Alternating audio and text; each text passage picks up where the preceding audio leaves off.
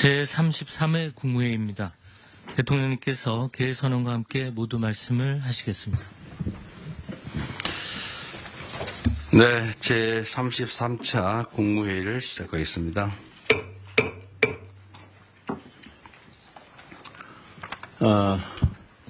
가만있어 보자. 제가 모두 말씀을 드리기 전에 이번에 전임 국무위원들은 다 바뀌었고 지금 임명되지 않은 국무위원 몇 분을 뺀 새로운 국무위원들이 다 오셨는데 전에 인사말 하지 않으신 다른 분들도 좀 하고 시작할까요? 네, 그렇게 합시다. 전에 인사하지 않으신 분들부터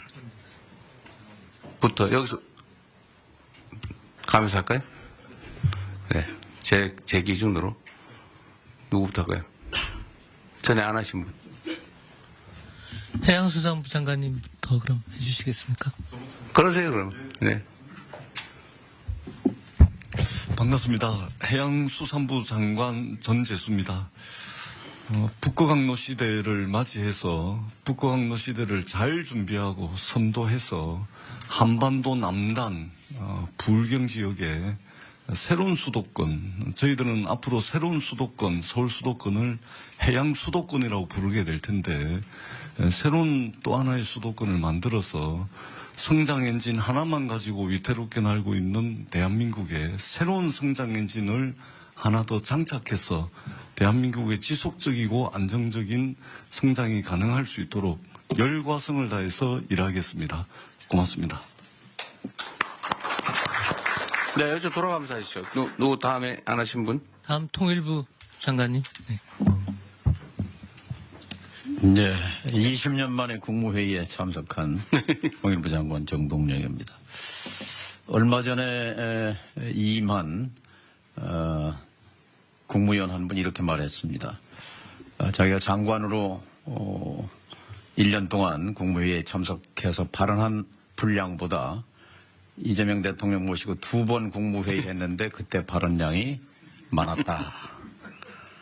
국가가 일하는 방식에 대해서 국민들 기대가 큰 것 같습니다. 저도 최선을 다하겠습니다. 감사합니다.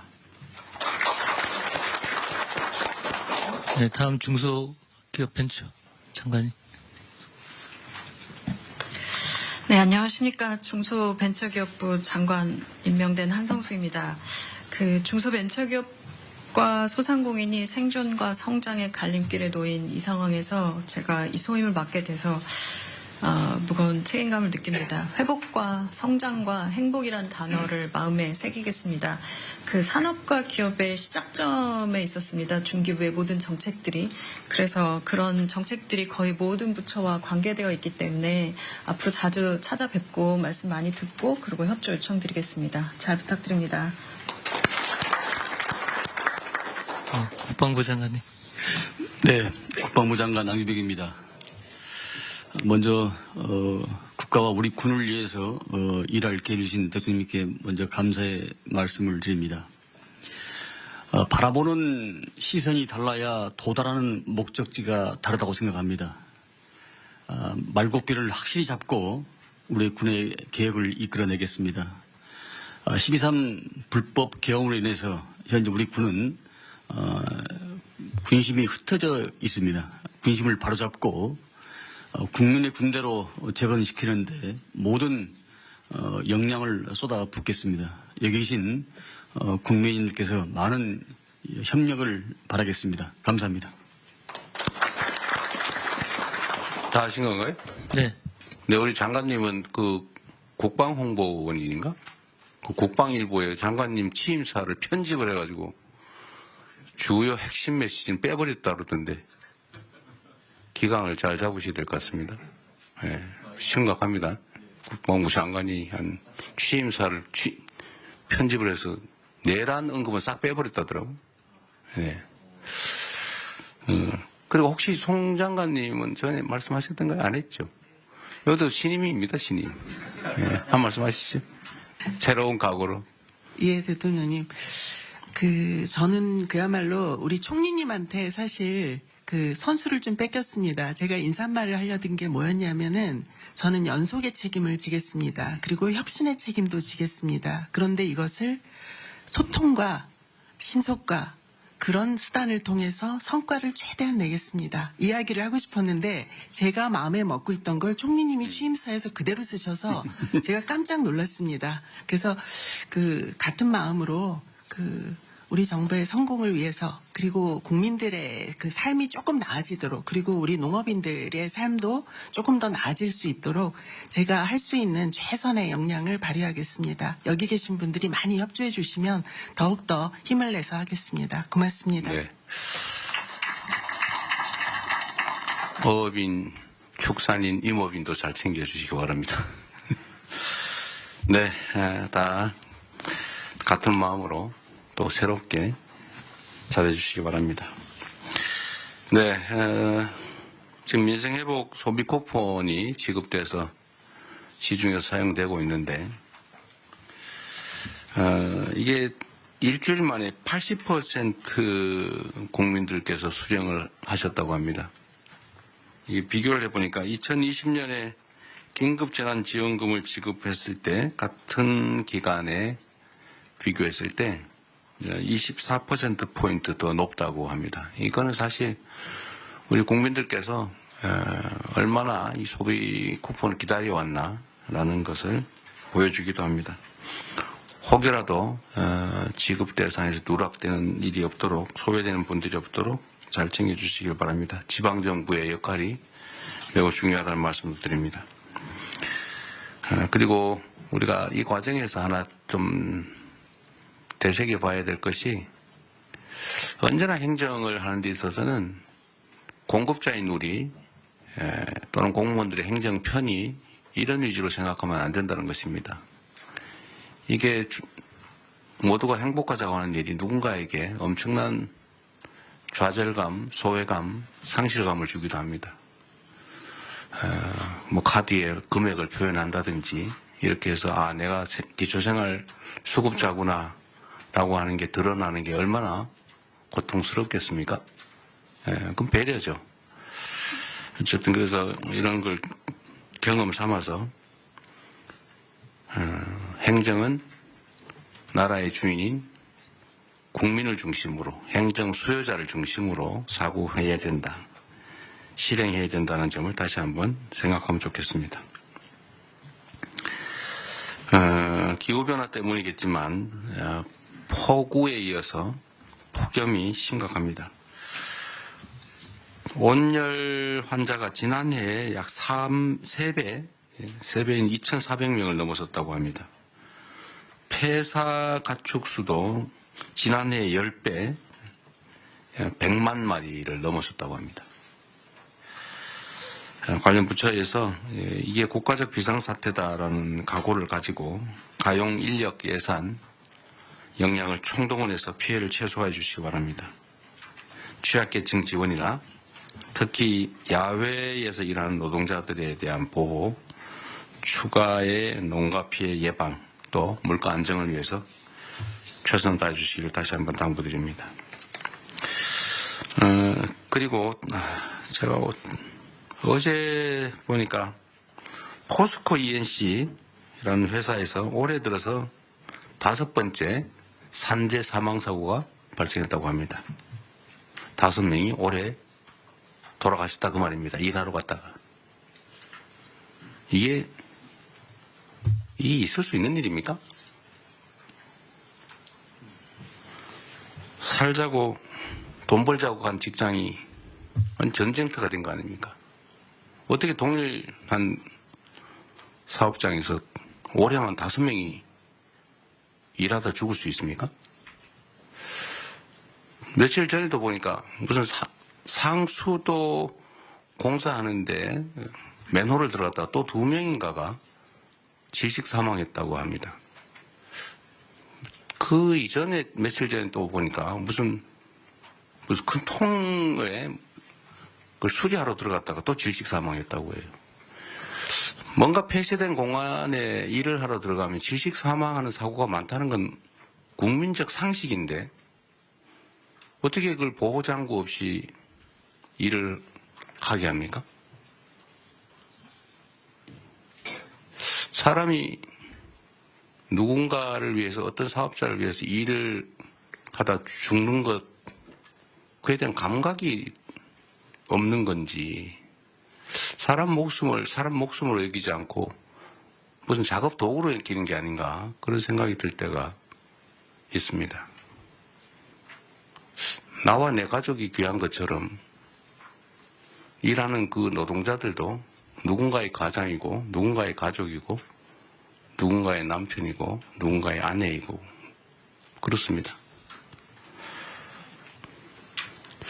똑같은 장소에서 똑같은 사고가 발생하는 것은 똑같은 방식으로 특히 사망하는 것은 충분히 예상할 수 있는 일인데 이 예상할 수 있는 일들을 방어하지 않고 사고가 나는 것은 결국 죽음을 용인하는 거죠. 아주 심하게 얘기하면 법률적 용어로 미필적 고의에 의한 살인 아닙니까? 죽어도 할 수 없다. 뭐 죽어도 어쩔 수 없지. 이런 생각을 한 결과가 아닌가 하는 생각이 들어서 정말로 참담합니다. SPC가 8시간 이상의 야간 장시간 노동을 없애기로 했다고 합니다. 늦었기는 하지만 다행인데 말씀을 하셨으니 꼭 지키기 바랍니다. 전에도 1,000억을 들여서 동일사고 발생하지 않게 조치하겠다고 했는데 그걸 과연 했는지 제가 확인해 보라고 했지만 이번에는 신속하게 꼭 지켜주시기를 부탁드립니다. 그런 얘기가 있죠. 사람은 기계가 아니다. 노동자도 사람이죠. 12시간씩 밤에 그것도 주야 막교대로 이어서 일한다는 게 쉽지 않습니다. 어쨌든 이런 후진적인 산재를 영구적으로 추방해야 합니다. 연간 1,000명에 가까운 사람들이 일하다 죽는다고 하는 게 이게 있을 수 없는 일이죠. 대한민국이 명색이 10대 경제강국에 5대 군사강국, 문화강국이라고 불립니다. 그리고 세계 최고를 자랑하는 민주주의 국가죠. 일하다 죽는 일이 최소화될 수 있기를 바랍니다. 안전이라고 하는 것은 당연히 해야 될 의무지 이걸 비용으로 생각해서 아껴야 되겠다 이렇게 생각하면 안 되죠. 돈보다 생명이 귀중하다는 생각을 모든 사회 영역에서 우리 모두가 다시 한번 되새겨보면 좋겠습니다. 물론 이럴 때는 여러 가지 원인들이 있죠. 원청, 하청 관계. 공사 현장에 가보면 하청을 한 번만 하는 게 아니고 하청의 하청, 하청의 하청의 하청, 하청의 하청의 하청의 하청. 그래서 4번, 5번씩 하청이 되면서 원 도급 금액의 절반 정도로 실제 공사가 이루어지니까 안전시설이나 안전조치를 할 수가 없어요. 이거 법으로 금지된 건데 방치되어 있지 않습니까? 포스코 ENC 같은 데서 1년에 5명씩 이렇게 산재 사망사고가 나는 것도 아마 그런 거와 조금은 관련이 있지 않을까 그런 생각이 듭니다. 한번 가봐야 되지 않을까 싶은 생각이 들고요.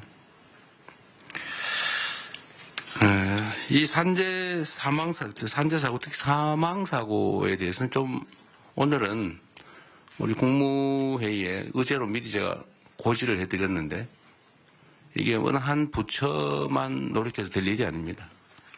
한번 각 부처가 준비한 게 있으니까 공개적으로 요거는 한번 안건 논의 전에 토론을 한번 했으면 싶어요. 준비하신 게 있으니까 지금부터 시작을 하면 좋겠습니다. 어쨌든 이런 노력을 기반으로 올해가 산재 사망 근절 원년이 될 수 있으면 좋겠습니다. 좀 그래프가 사망이 계속 유지되거나 늘어나는데 꺾이는 그 원년이 되었으면 좋겠다는 생각을 가지고 오늘 토론을 한번 시작해 보도록 하겠습니다. 제가 진행을 할 테니까요. 준비된 게 있으시면 요거 토론부터 먼저 하도록 하겠습니다. 누가 준비하시죠? 고용노동부 장관님. 네. 네, 고용노동부 장관입니다. 요약해서 자료가 있으니까. 자료에 근거해서 네. 보고드리겠습니다. 네. 먼저 중대재해 현황입니다. 올해 1분기 사고 사망자 수는 137분입니다. 좀처럼 줄지 않고 있습니다. 유형을 보면은 떨어짐, 끼임, 부딪힘 등 후진국형 사고가 다발되고 있습니다. 최근 기후위기에 따라 온열 질환 더하기 질식 사고가 또 새롭게 나타나고 있습니다. 대통령께서도 말씀하셨던 상수도에서도 지금 질식 사고가 산소 결핍으로 인해서 발생된 것으로 추정됩니다. 원인 분석입니다. 먼저 가장 큰 원인으로는 대통령께서도 말씀하셨듯이 안전과 사람을 비용으로 여전히 인식하는 관행이 만연합니다. 왜 사람에 대한 지원은 비용이고 설비에 대한 지원은 투자인가? 이런 질문을 던져봅니다. SPC 이 사례에서 대통령께서 정확히 지적하셨듯이 저임금 장시간 노동이 재해자의 집중력을 저하시켰고 이러한 것들이 모여서 재해자의 불안정한 행동이 나타났다는 점에서 그동안 우리는 재해자의 불안정한 행동을 원인으로 지목해 오지 않았나. 우리 정부에서는 원인과 결과를 뒤바꾸지 않겠습니다. 또한 교체가 시급한 노후 장비, 특히 그날도 회전체 윤활유가 자동으로 분사되어야 함에도 불구하고 오랫동안 방치되었던 것을 재해자께서 수동으로 공급하다가 사망사고에 이르렀습니다. 왜 이러한 투자가 적게 이루어지지 않았나? 이것은 결국 지배구조와 연관이 있다고 생각됩니다. 권한과 책임에 분산되어 있었기 때문에 현상 사장은 어찌 보면 흔히 하는 말로 권한 없는 사장이 아니었나 하는 생각이 듭니다. 두 번째로는 재해가 발생해도 기업의 실질적인 손실이 크지 않는, 즉 재해 발생을 비용으로 환치했을 때도 기업 차원에서는 크지 않다는 인식이 팽배한 게 아닌가 생각됩니다. 중대재해처벌법이 도입되어서 경각심은 제고되었지만 현장에서는 오히려 최고위 경영 책임자는 회피하려는 법률 컨설팅에 의존하고 실질적인 감소책이 나타나는 것은 줄어들지 않는 이유는 거기에 있지 않나 생각됩니다. 또한 이 중대재해처벌법 수사 판결이 상당 시간 소요되기 때문에 또 손방망이 처벌이라는 것도 있고 또 한편 기업에서는 불확실성이 길어짐으로써 불만도 있는 것도 사실입니다. 일각에서는 중대재해처벌법이 대형 로펌만 좋아졌다는 자주 섞인 이야기도 있습니다. 이런 차원에서 중대재해처벌법의 실효성 강화 방법 필요하다고 생각됩니다. 세 번째로 지시와 개통의 불확실성이 야기하는 기업의 경영 방식입니다. 개통은 단순화되어야 되고 지시는 정확해야 됩니다. 그래야만 안전이 확보되는데 이러한 지배구조의 다단계 구조 속에서 개통은 복잡해졌고 지시의 책임자는 불분명해졌습니다. 이런 문제 근본적으로 발본색원하겠습니다.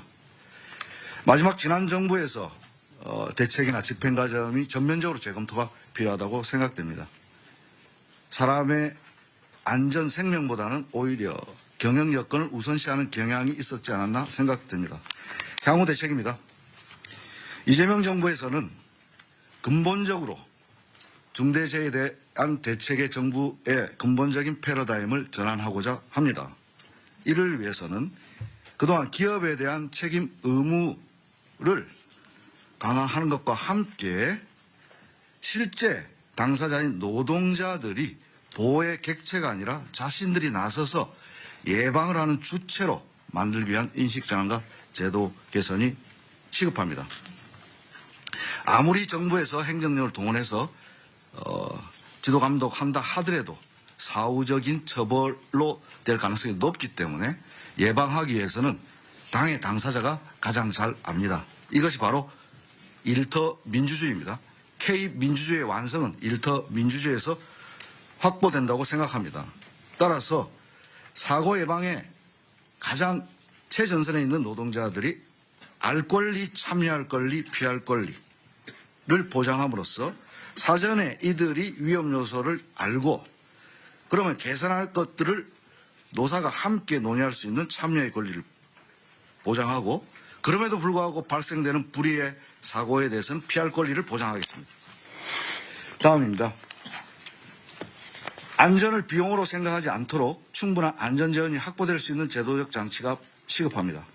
특히나 건설 현장에서 만연하고 있는 불법 하도급, 무분별한 재하도급 근절을 위한 제도 개선을 관계부처와 협의해야 된다고 생각합니다.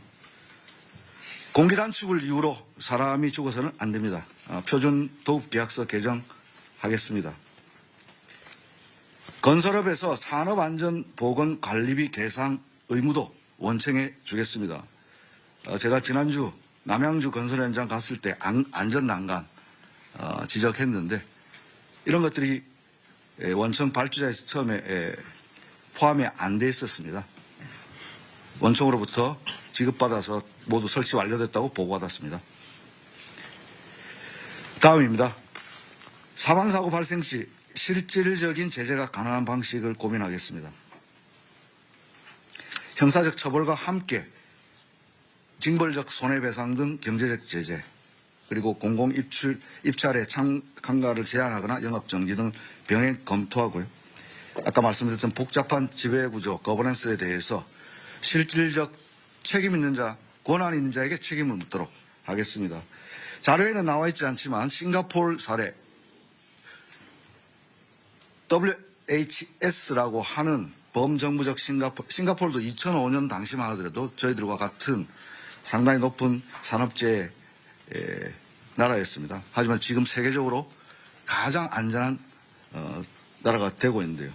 거기에서는 이러한 노동자들의 권리 보장과 함께 실질적 책임자에 대한 처벌 더하기 실질적인 제재, 예를 들자면 벌점을 많이 받았을 때는 이주 노동자의 취업을 제한한다든지 이러한 조치들을 통해서 지금 현재 전 세계적인 안전한 나라가 되고 있습니다. 싱가포르 사례 적극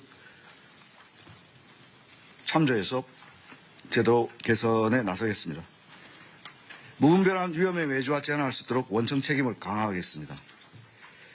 적격 수급인이라고 하는 선정 기준을 강화해서 적격자가 아닌 자가 수급받을 수 없도록 하겠습니다. 특히 공공부문부터 위험작업 재하도급을 금지하고 불가피하게 할 때는 반드시 승인을 실시하도록 신설을 하겠습니다. 마지막으로 대통령께서 지시하신 산업안전감독관 증원 지방자치단체와 협업을 잘 진행하되 단순한 숫자 증가만 그치지 않고 이들에게 실질적 권한과 함께 책임을 뒤에 병기시킴으로써 실질적인 산업안전 지도가 될 수 있도록 하겠습니다. 예컨대 근로감독관들이 지금 많이 있지만 집단적 노사관계 업무까지 하고 있습니다. 노동조합 동향 보고 이런 불필요한 업무 확 줄이고 여기에 집중할 수 있도록 일하는 방식도 바꾸겠습니다. 대통령께서 SPC에서 특공대가 돼야 된다고 지시하셨는데 특공대 만들어서 예를 들어서 실무 경력을 가진 퇴직자와 신규자를 2인 1조로 해서 이른바 노동안전 투캅스 만들어서 계속 페트롤카를 돌리고 불시에 점검할 수 있도록 하겠습니다.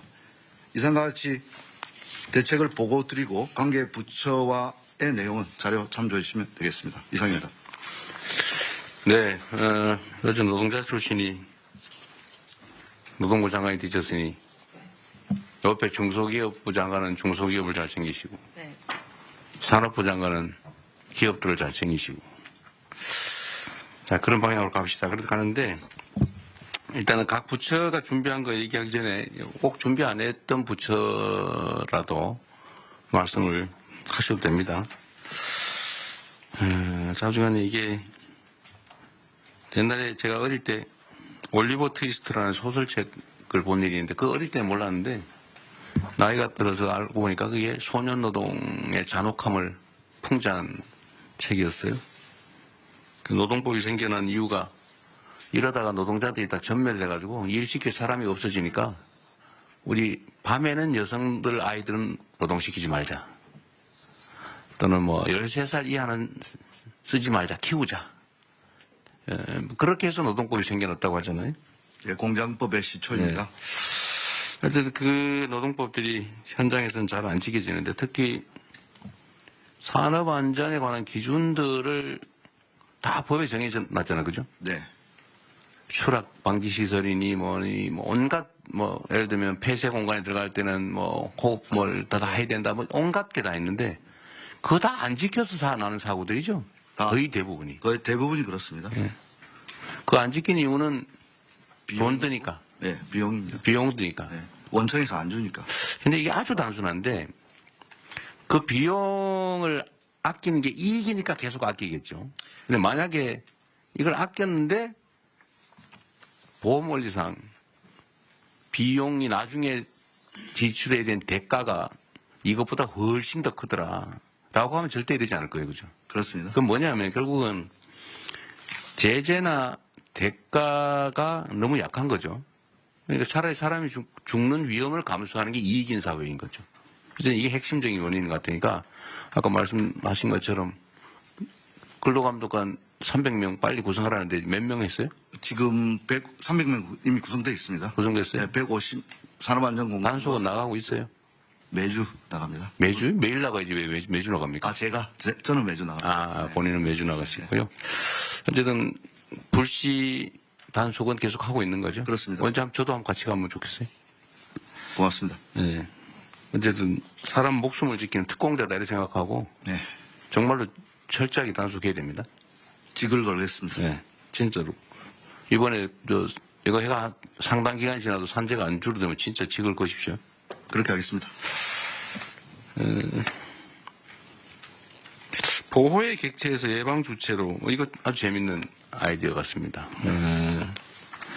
그러려면 사실은 노동자들의 단결된 역량이 되게 중요한데 그죠? 네.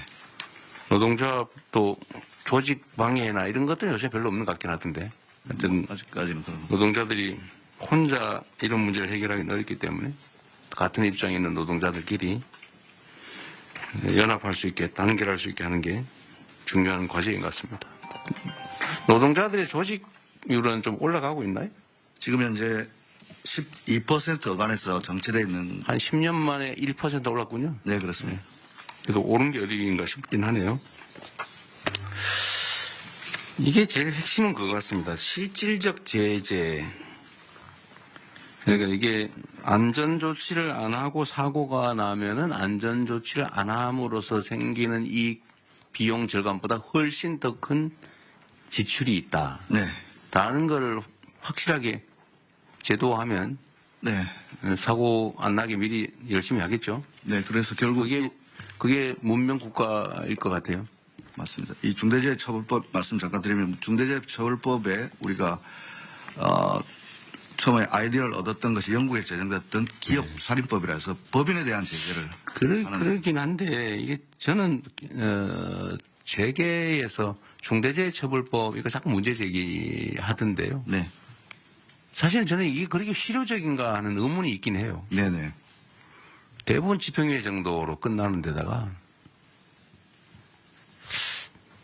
그 실질적 경영주, 그러니까 이런 안전조치를 하지 않음으로써 이익을 얻는 주체하고 실제 처벌받는 주체가 많이 괴리돼 있죠. 네, 그렇습니다. 예를 들면 실제 이익은 예를 들면 회장이 보는데 그렇습니다. 최대로 해야 사장이 책임지는. 네네. 사장은 실제로 고용인데. 네. 그러니까 별로 효과가 없는 거죠. 그래서 실효성 제고 방안을 검토하겠습니다. 근데 이게 저는 형사처벌은 별로 좋은 아주 결정적인 수단은 못 되는 것 같고 맞습니다. 지출이 늘어나게 만들어야 될 것 같아요. 네. 제재도. 네. 그러니까 아까 말씀하신 징벌배상. 네. 그러니까 똑같은 상습적 반복적 사망사고가 발생한다. 네. 뭐 한 번 우연히 발생한 거라면 모르겠는데 똑같은 현장에서 똑같은 원인으로 똑같은 시기에 똑같은 방식으로 이거는 사실은 거의 고의에 가까운데 이런 경우는 징벌배상을 도입을 하는 것도 한번 고려해 볼 필요는 있죠. 검토하고 있습니다. 아 그래요? 네. 여기 자료에 있는데 갑자기 말씀하셔가지고 여기 보면은- 지금 바로 생각했나? 아니요. 여기 보면은. 뒤에 있어요? 네. 알겠습니다. 예. 그런 거라든지 과징금이라든지 고액의 과징금 사실 경제적 제재를 가해야 실제 예방을 하기 위해 나서지 않을까. 이익과 손실, 자본주의 이게 중요하잖아요. 네. 계산이 중요하니까 그것도 한번 고려해야 될 것 같고요. 이제 다른 부처들이 좀 준비한 게 있을 테니까 한번 얘기를 좀 들어보고 또 의논을 마저 하겠습니다. 각 부처가 준비한 건 최대한 좀 요약해서 다 알아들을 수 있으니까 좀 시작하도록 하시죠. 법무부가 먼저 할까요? 예, 순서에 따라 법무 먼저 하겠습니다. 어쨌든 뭐 중대재해나 산재 관련해갖고 국민 일반의 감정 신속하고 엄정한 수사 처벌을 원하고 있습니다. 현재 실태를 확인해 보니까 최근에 중재법으로 처리된 30건에 관련해갖고요. 수사 단계에서 검찰 송치까지가 한 418일 걸렸습니다. 검찰에서 기소까지가 200일이 걸렸습니다. 600일이 넘어가기 때문에 국민 일반들 정서와는 상당한 거리가 있는 것 같습니다. 뭐냐는 뭐 아시는 것처럼 기업의 보건안전 시스템 전반을 좀 살펴야 되고 실질적인 지배구조가 어떻게 되어 있는지 이런 것 때문에 뭐 다량의 압수이라든가 사건 관계가 굉장히 많아서 굉장히 지연되는 측면도 있고요. 그 다음에 법 시행 초기라 여전히 법원의 판례라든가 수사의 어떤 기법에서 좀 미진한 부분이 있는 것 같습니다. 그래서 저희 법무부에서는 대검에서 전담검사 지정해갖고 초기부터 노동부라든가 관련 유관 기관들이 협의해갖고 쟁점과 수사 방향을 갖다 정리해갖고 좀 더 신속하게 수사할 수 있게 좀 주도하고 있습니다. 그리고 대검 전담부서에서 직접 수사도 지원하고요. 근로감독관 대상으로 중재법 처리 및 수사 노하우 교육도 좀 시키고 있습니다. 그래갖고 최종적으로는 법원의 그 엄중한 처벌이 필요한데 법무부에서는 중재법 그 구형 기준을 마련해갖고 엄정하게 시행되고 있는데 법원에 지금 양형 기준이 없습니다. 그래서 법원에 양형위원회에다가 양형 기준을 좀 저희들 강력하게 요청하고 있습니다. 최근 같은 경우는 최근 그 아리셀 화재 사건 같은 경우는 대표자에게 20년 구형했습니다. 그래갖고 저희들이 관련자들이 하여튼 책임에 상응한 또 처벌을 좀 받을 수 있도록 최선을 다하겠습니다. 아리셀 20년 구형하셨는데 그 아리셀의 사망자가 몇 명이죠? 지금 23명으로 23명 이상 있습니다. 그 지금 기준에 의하면은 지금 사망자 1인당 징역 2년 6월에서 4년 정도로 설정되어 있는데요. 또 이게 뭐 경합범 가중 이렇게 돼갖고 상한 전체 그 교통사고 처리보다 별로 세지 않네요. 예, 그렇습니다. 네. 아까 전담부서 말씀하셨는데 전담 검사 얘기하신 거 부서는 아니고. 네. 예. 근데 이게 예를 들면 뭐 저 광양에서 사고 나고 저기 뭐 포천에서 사고 나고 뭐 이러면 전담이 별로 의미가 없는 것 같은데. 그래서 그 일선총에 지금 저희가 수사 지휘를 대검에서 하고 있습니다. 네. 전담 지휘자를 둔 거군요. 예, 그렇습니다. 전담 팀을 두는 거랑 검토해 보시면 어떻습니까? 이게 사람이 일하다 죽는 사건이라고 하는 게 그런 단순한 게 아닌데 교통사고 뭐 이런 거하고 좀 다르잖아요. 예, 예. 일하다 죽는 그것도 명백하게 사실 과실이 대부분 명백한 과실 아닙니까? 어디 내보니까 천정 철거하는데 이거 비계를 천정까지 설치를 해야 되는데 거기 안 하고 나도 천정 위에서 천정을 철거하다 떨어졌더라고요. 당연히 떨어질 위험성이 높잖아, 그죠? 네. 전담 이따 행안부 어떨지 모르겠는데 행안부 네. 혹시 발표 있나요? 발표를 갖고 있다. 아따 말씀하시. 이거 하루에도 10명씩 지금 사망하는 거 아닙니까? 그렇죠. 네. 이거 전담팀을 하나 두는 거 어떨까요? 아니면 지휘팀이라도 지금 수사하는데 원칙적으로는 경찰이 하는 거잖아요, 그죠? 이제. 예. 검찰은 이제 송치된 사건에 대한 처리인데, 물론 그전 요즘 지휘도 안 하죠. 지휘도 안 되고요. 다만 구속영장이나 뭐 압수 강제 수사. 방향이라든가 그 공소제기를 위해서. 경찰은 인력이 좀 있는 편이니까. 네, 그렇습니다. 이따가 그 얘기 한번 해봐 주세요. 네. 이거 산재 사망 사고는 아예 전담 팀을 부서를 하나 두든지 해가지고 네네.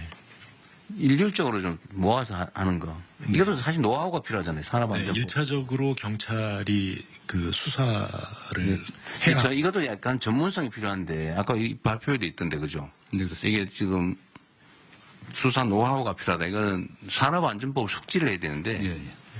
뭐 이 경찰이 했다, 저 경찰이 했다가 뭐 이 검사가 했다, 저 검사가 했다 하면 그 공부하느라고 시간이 많이 걸릴 것 같은데 아예 전담 전문 역량을 가진 사람 팀을 짜가지고 네. 아예 교육을 좀 시킨 다음에 팀 네. 그걸 연구 한번 해보시죠. 예, 팀을 그렇게 구성하는 하겠습니다. 그다음에 법원의 양형 기준 요청을 하는 거는 이거 뭐 우리가 뭐 직접 얘기하기는 좀 어려운데 법무부가 좀 법무부에서 같이 협의를 한번 하시죠. 예, 그렇습니다. 네, 다음 산업부. 예, 산업보고 드리겠습니다.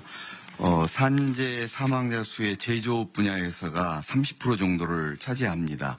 세부 업종별로 보면 열처리나 주단조와 같은 뿌리 산업이 제일 많이 나타나고 있고요. 그 다음에 석유화학, 자동차 부품을 포함한 자동차 분야, 기계산업 순위입니다. 저희 산업부는 고위험 업종을 중심으로 한 AI 등을 활용한 산재 예방 쪽에 주력을 하고 있습니다. 첫 번째, 산업 AI 기반 제조 안전 시스템 개발을 올해부터 29년까지 해서 고위험 업종 포함 10개 업종에 대한 안전 시스템을 개발을 하고 있습니다. 이러한 시스템이 개발이 되면 이 10개 업종의 기업들이 활용할 수 있도록 조치를 하고자 합니다. 두 번째는 산업단지에 대한 관리를 산업부가 맡고 있어서 이 산업단지 내의 안전관리 문제입니다. 산단 내에 고위험 지역에 대한 IoT 인프라 활용 예방 시스템을 구축을 하고 있습니다. 이러한 화학물질, 유해 화학물질에 대한 누출 감지 솔루션이나 사족 위험 지역에 대해서는 사족 보행 로봇이 투입될 수 있게 하거나 또는 예방 감시를 드론을 통해서 활용할 수 있는 방안들을 강구를 하고 있습니다. 마지막으로는 이러한 안전 환경 구축이 산업계 측에서 이루어질 수 있도록 특히 중소조선사나 산업단지 내에 중소 중견기업 대상으로 하는 안전 컨설팅 또는 안전 디자인을 구축해주는 지원 사업을 추진하고 있습니다. 네, 수고하셨고요. 이런 건 뭐 잘 해주시고 제 산업부는 특별히 하나 좀 부탁을 드리고 싶은 게 있는데, 예. 어쨌든 대한민국의 주요 기업들을 관할하고 계시잖아요. 예. 이 기업들도 이 산재 사고에 대한 인식을 좀 바꾸는 게 중요할 것 같아요. 특히 이 건설이나 뭐 이런 데 위험한데 이런 데는 이게 앞으로는 더 비싸게 먹힌다. 예.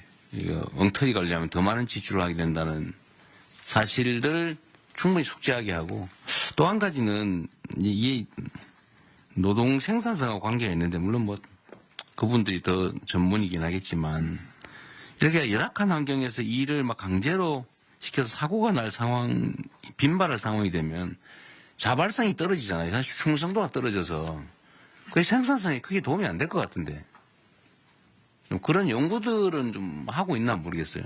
그러니까 좀 근로자들이 신나서 내 직장이야 우리 뭐 라는 생각을 가지고 일하는 경우하고, 막 열악한 환경에서 막 옆에서 막 노동자들이 죽어가는 걸 보고 막 이러면서 일하는 거하고 생산성에 영향이 꽤 있을 것 같은데, 예. 이런 것도 한번 연구를 한번 하든지 해가지고 자발적으로 좀 줄이기 위한 노력을 좀 하게 만드는 게 더 중요하지 않을까 싶네요. 그런 측면에서 연구를 해본 기억이 없는데, 네. 말씀처럼 좀. 저는 영향이 있을 것 같아요. 그리고 또 한 가지는 이런 거 산업재해에 대한 단속 강화나 이런 얘기를 하면 기업식이 되게 섭섭하게 생각하는 경향이 있을 것 같은데, 예. 어쨌든 이 정부는 이런 걸 철저하게 관리는 하되 기업 활동에 지장이 없거나 좀 더 원활한 지역 활동이 가능하면 뭐 규제 완화 합리화든지 아니면 기업 활동에 대한 지원이든지 뭐 이런 건 정말 열심히 할 테니까요. 예. 이제는 노동자들 막 쥐어 짜가지고 돈을 버는 게 아니고 기술 개발하든지 시장 개척하든지 새로운 사업 아이템을 발굴하든지 이런 데 정부가 지원을 할 테니 좀 그런 데 주력해 주면 좋겠다. 이렇게 좀 해주면 좋겠어요. 예. 인식적으로 할 수 있는 방안을 강구하겠습니다. 총리님 하신 말씀 있으세요? 마이크 켜고 하십시오. 안전사고가 동일 업종 내에서 안전사고가 많이 나는 업장과 그렇지 않은 업장의 혹시 생산성이 어떠한가를 비교하면 체크가 금방 가능할 것 같으니까 연구소, 국제연구소하고 같이 좀 바로 네, 네. 그리 조치하겠습니다. 대통령님 금방 네. 말씀 주신 것과 관련해서 국제연구에서는 약 2점에서 2.4배 정도 오히려 노동 생산성이 올라간다는 비교가 있으니까 뭐가요? 어떻게 하면? 안전에 대한 투자가 갔을 때 노동 생산성이 올라간다. 이미 그런 자료가 있어요. 있습니다. 네. 근데 괜히 쓸데없는 소리 했네. 네. 국내에는 없는데 국제적인 기준으로 있습니다. 그런 거라도 어쨌든 공유라도 하면 좋겠네요. 네. 예, 그렇게 하겠습니다. 대통령 사소한 거 한 말씀. 말씀하십시오. 이 법 이름이 중대재해처벌법이잖아요. 네. 제목은 너무 세고 내용은 처벌은 별로고. 솜방망이고 그렇습니다. 그리고 처벌 자체가 목적이 아니어서 중대재해를 예방하자는 게 목적인데 제목이 처벌법이니까 그 기업의 반감이 회장들이 있군요. 그 제목에 대한 반감이 꽤 큽니다. 그래서 저는 중대재해 예방법으로 제목은 바꾸고 그 내용적으로 그 예방을 강화하고 예방을 못한 것에 대한 처벌 규정을 세게 하고 이렇게 전체 체계를 좀 바꾸면 어떨까? 사실은 산업안전보건법이 예방법이죠. 예, 근데 이제 그걸 통합하기는 좀 어려운데. 네, 대통령님 제가 좀 말씀드리면 말씀하신 바와 같이 네. 우리 부 소관은 산업안전보건법이고 중대재해처벌법은 형법이라서 그 법무부 소관입니다. 아, 물론 그렇죠. 네, 근데 그러다 보니까 명칭이 좀 그런 것입니다. 취지는 사실은 맞는 지적인 것 같아요. 예, 중대재해처벌법, 처벌, 사실 매우 네거티브한데, 예방으로 하고 예방에 일정한 성과를 내면은 인센티브를 준다든지 사실 이런 방식으로 하는 게 훨씬 더 문명적이긴 한 것 같네요. 그건 노동부에서 한번 연구를 한번 해보십시오. 예, 그렇게 이게 하겠습니다. 실제로는 억압해가지고 효과가 크지 않거든요. 네. 예. 다음 국토부 하시죠. 국토부가 이게 관련 분야가 많아가지고. 네. 네. 저희가 드린 자료는 국토부의 일반적인 내용이고 사실은 저희가 논의하고 있는 법률과 관련해서 이 자료를 못 올렸습니다. 저기 통영님께서 네네. 참고용 자료로 네. 잠깐 알겠습니다. 네. 저희 그 보고 자료를 보시면 이제 건설 분야나 도로 분야, 철도, 항공, 교통, 물류 분야에 대한 일반적인 사고와 국토부의 이제 나름대로 대처 방안을 이제 설명드린 내용인데 저희가 사실 그 앞서 말씀드린 논의의 핵심 부분을 강화하기 위해서 그 현재 법령적인 작업을 국회하고 같이 좀 협의해서 준비하고 있습니다. 그 자료를 지금 여기 실지를 못해서 제가 구두로 대통령께 드린 자료의 핵심을 말씀드리면 이제 건설안전특별법이 지금 지난 21대 김교웅 의원하고 22대 이번에 그 문진석 의원이 발의를 해서 지금 진행 중인 법안인데요. 이게 핵심이 이제 건설산업 구조를 보게 되면 발주청이 이제 원청이 이제 말씀하신 대로 시공사를 이제 중심으로 해서 도급 비용이 그동안 이제 가산이 됐습니다. 그러다 보니까 이게 설계하고 감리에 대한 책임이 굉장히 약했습니다. 그래서 건설안전특별법의 1차 부분은 이제 그 발주청인 원청에 대한 이제 책임, 그 처벌 부분과 관련해서 이 시공에 대한 이제 공사비 책정에 이제 공기 적정성을 원래 보장을 하지만 설계 쪽하고 감리 쪽에도 그와 관련된 이제 적정성을 보장을 하는 것을 하고 그리고 이제 더 중요한 건 이제 이런 이제 앞서 말했던 그 실제로 사람을 처벌하는 부분에 대한 부분들이 건설회사 같은 경우는 대리로 예를 들어 처벌받는 경우라든지 여러 가지 문제가 있어서 실효성의 문제가 있어서 네. 비용적인 거로 이제 저희가 생각하고 있는 거는 법안에 나오지만 매출액 대비 지금 3% 정도의 이제 그 과징금을 이제 일종의 하는 방안을 생각하고 있습니다. 그래서 이게 그렇게 될 경우 지금 이제 보통은 영업이익 대비 한 3에서 4% 수준인데 매출액 대비 3%가 나오고 지금 건설업계에서 굉장히 거기 반발하는 경향이 있지만 만약에 실효성은 굉장히 강하게 작동할 수 있다고 저희는 보고 있고요. 그리고 이게 특히 이제 발주청 이후에 원청인 시공사도 안전 규정에 대한 강화를 해서 앞서 말했던 안전과 관련된 펜스라든지 이런 거를 설치를 하지 않아서 하도급이 이제 회사가 두 번째, 세 번째 하도급이 사고 나더라도 그 부분에 대해서 이제 시공사에 대한 책임을 묻는 식으로 법적인 거를 전부 다 처리를 하려고 하고 있습니다. 근데 이렇게 했을 때 제일 이제 문제가 될 수 있는 건 이제 발주청의 비용 부담 문제가 발주청이라면 저희 공공 분야 이렇게도 대표되겠는데 공공이 예를 들어서 이 비용을 확보하는 게 저희 국가재정법에 따라서 기재부하고 또 협의해서 확보되는 그런 측면이 있어서 사실은 공공 분야에서 어떤 발주에서 예산 부분에 대한 일정 조정이 또 있어야 되고 나머지 이제 민간에서도 그에 대한 이제 인식이나 의식이 이제 마지막 사업까지도 다 책임진다는 그런 거로 전환돼야 되지 않을까.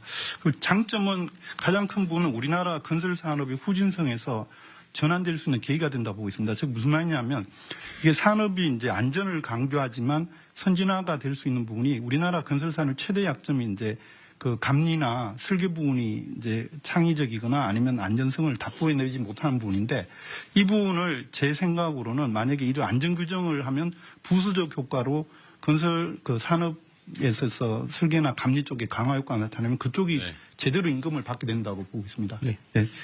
네, 어쨌든 이런 새로운 안도 좋고, 그러니까 건설 안전에 관한 법을 새롭게 만들어서 제재와 책임을 강화하자 그 말이잖아요. 네네. 네. 그것도 중요하고 여기 준비된 내용을 보면 여하튼 건설 분야의 추락 사고가 지금 제일 많지 않습니까?